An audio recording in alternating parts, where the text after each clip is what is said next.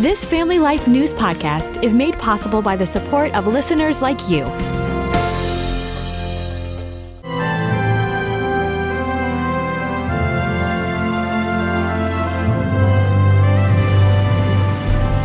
This is Faith Under Fire, listening to voices from religious battlegrounds in our region and across the nation. I'm Greg Gillespie, and today a return visit from Arielle Del Turco.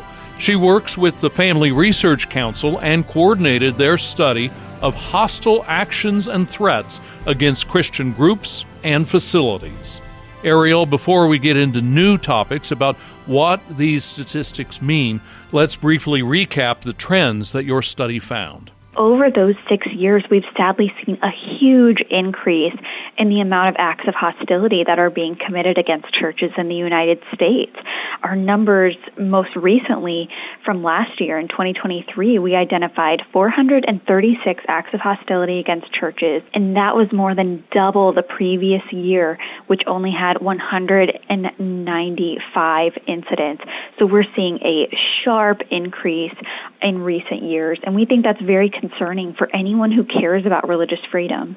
This is actually an issue that can unify churches along denominations, across the political spectrum. All Christians and all people of faith should be able to say that it's totally unacceptable for these crimes to be occurring against Christians and against churches. We don't want any religious community to feel that they are being targeted in their community, that they are under threat, that their church is unwanted. I think this is an issue that transcends some of these political boundaries and even religious boundaries. This is something that I think all religious adherents can agree on. Okay, there's some in popular conversation that, these Christians are dangerous and these Christians are taking away rights and all that. But at the same time, it's not the Christians who are firebombing and taking guns into places. The Christians are the victims of the incidents that your research has analyzed. That's a good point, and I think some of the political discourse, particularly around the Christian faith right now, is very dangerous. We see the news media repeatedly going after something that they call Christian nationalism, which they're painting as this very widespread and dangerous force in the United States. But really, if you dig down, what they mean by Christian nationalism is just conservative Christians, right? If you're pro-life, if you think that your rights come from God and not government, there are certain people in the media that are going to paint you as an extremist, as a Christian nationalist.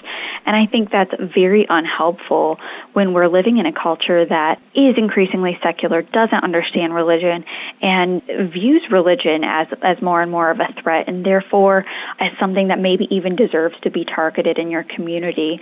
I think a lot of that political discourse is very unhelpful, and it's doing the opposite of fostering a culture of respect and of one that affirms everyone's right to religious freedom. Let's have some positive advice for people who are on a local church board or a pastor or an elder, people who are involved in networks or denominational officials, hearing all this big issue of how violence and hostility against churches has doubled in the last year.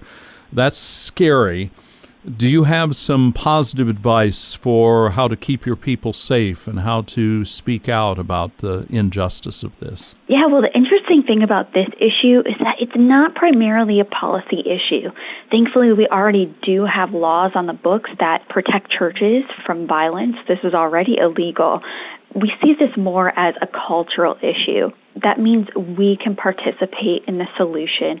We can all be a part of shaping the communities that we live in and society at large. I always encourage people to take very simple steps to foster cultural support for religious freedom.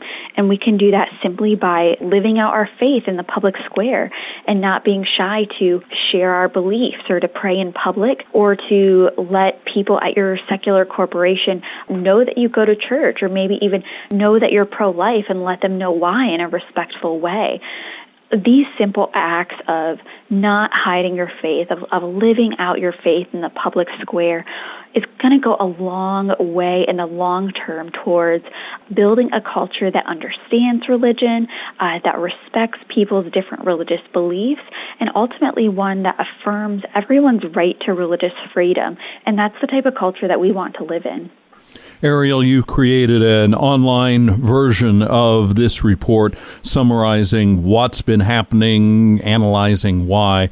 Where can people find that report, and what will they find when they get that either forwarded or printed out to talk at their local congregation? Yeah, so you can access the report at frc.org/hostility against churches, and you're going to see a brief analysis of the problem, some of the states where this is most prominent, and maybe you'll see incidents in your state. And then we actually have a summary of every single incident that is tracked. So it's been over 900 incidents over the past 6 years. So there's a lot there, but you can search for your state and see what's been happening in your area and share it with people. I think a lot of people don't know about this trend, but they would care.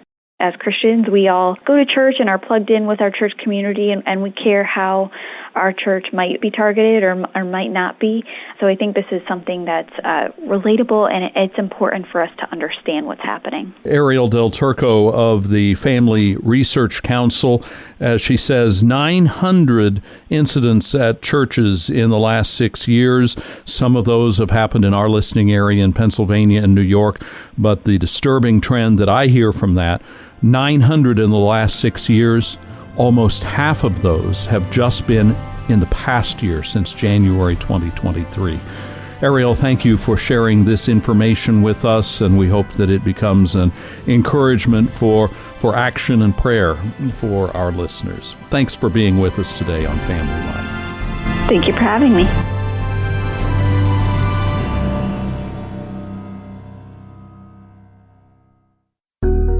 Thank you for listening to this Family Life News podcast. If you've been encouraged by what you've heard, please share it with others and click the subscribe button to automatically receive future episodes. Family Life is a listener-supported ministry. Podcasts like this are made possible by your financial partnership. Find out more at familylife.org.